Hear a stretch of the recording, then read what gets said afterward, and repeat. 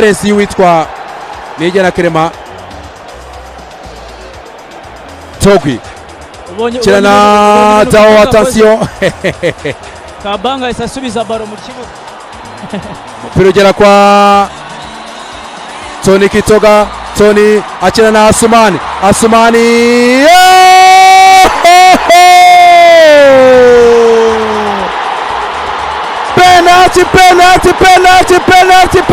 penalty umuzamu Adolphe asohoka nyamara umukinnyi yari barasohoka ava muri boxi Adolphe amutera umuseruko amutereka hasi tugereje kureba icyemezo cy'umusifuzi niba ari bwikore ku mufuka w'inyuma cyangwa bwikore mu mufuka wo mu gatuza ubwo ndavuga kutakarata mu cyangwa sikarata y'umutuku avana bara sport batabajya mu kirere bamwita Tony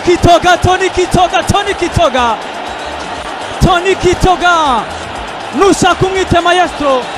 Tony Kitoga avuye muri mediane ya APR yose arayiyungurura arayicenga arangije acomeka agapira kwa Ndikumana Asman, ariko iyi ngiyi mugaragu urebye neza yari yellow card kubera ko nubwo akoze ikosa Clement asaga nk'aho ari we mu defenseur wa nyuma.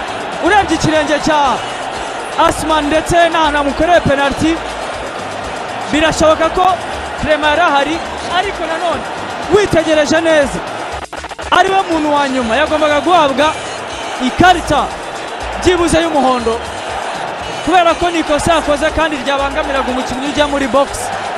Ahubwo ikarita y'umuhondo ayihaye Kabange nuvuga ngo ikiragiye yabyoreye, urabona cyagiye ashyiragamo umupira we yashakaga nuvuga ngo yabikoze Adolphe yayihawe nibyo agomba kwibona ikarita y'umuhondo kubera ko ntabwo, ariko nanone umudefenseur wa nyuma uze kuza kureba Clement atari umudefenseur wa nyuma nibyo yatanze ikarita y'umuhondo na penalty nta nubwo bishobora kugaragara cyane, ariko Adolphe yagombaga guhabwa ikarita itukura aze kwitonda gukora ikosa nka ririya uri umuntu wa nyuma kandi ubibona ko arimo ajya mu izamu. Ryari ikosa rero rishobora gutanga penalty rigatanga ikarita itukura kuri equipe ya APR Football Club, ariko Risa Patience yahisemo gutanga ikarita y'umuhondo.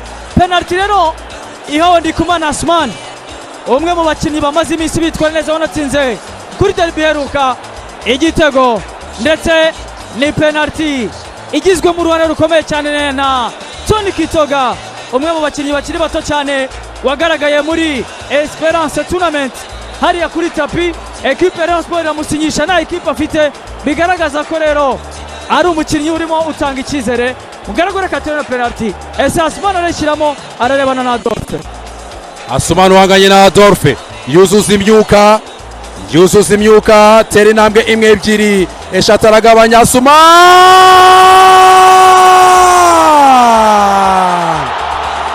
funga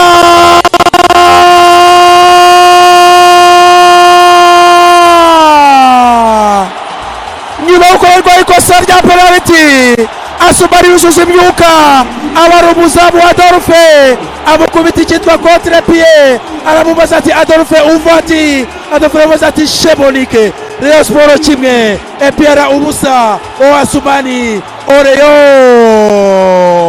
Rayon Sport ibona igitego gifungura rero amazamu kurana rw'ikipe ya Rayon Sport gitsizwe na Asman Ndikumana ababwira ati ndacyafite imbaraga, areba uburyo Adolphe ahagaze atera havuye igitego cyambara cy'ikipe ya Rayon Sport. Abafana ba Rayon Sport bose bati ole ole. Ese ari Ngingo Francis asubiramo ibyo yakoze kuri finale ya 2023 Huye ubwo batsindaga ikipe ya APR Football Club igitego kimwe ku busa cyatsinzwe na Eric Ngendahimana. Nguwo rero Asman Ndikumana wongeye kwigaragaza rutayizamu, wongeye kubona umwe abataka abadefenseur n'abataka batatu. Sheji Bro tera centre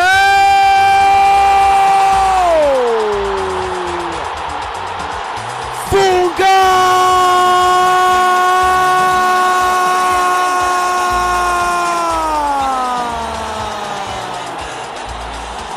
babita William Togimer, umusore waje benshi batamwemera atangira ko wari umukinnyi koko uzagorwa no kwigaragaza mu ikipe ya APR witwa William Togimeri kuri santere mvuye kwa Sheikh Jibril Ouattara. Togimeri umupira atawuterekamo. APR kimwe Rayon Sport ubusa. William Togimeri agurutsa abakunzi b'ikipe ya APR Nyamukanira mu kibuga cy'Ikasi Bituku.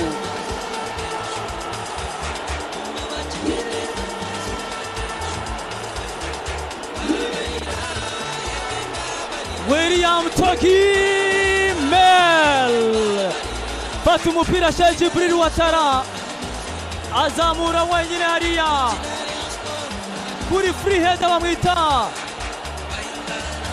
William Togimeri rutayizamu waje nk'uko mugaragara bivugaga batamwemera ariko umuhanga nyuma y'uburangare bwa Youssou Diane na Chimanga arasimbuka wenyine aterekamo igitego cyo kwishyura igitego 1-1. William Togimeri ahitabwa ikarita rero y'umuhondo yo gukuramo umupira, ariko na niyo mugabo Claude ahabwa ikarita y'umuhondo nyuma y'uko yanze ko bashyira umupira muri centre.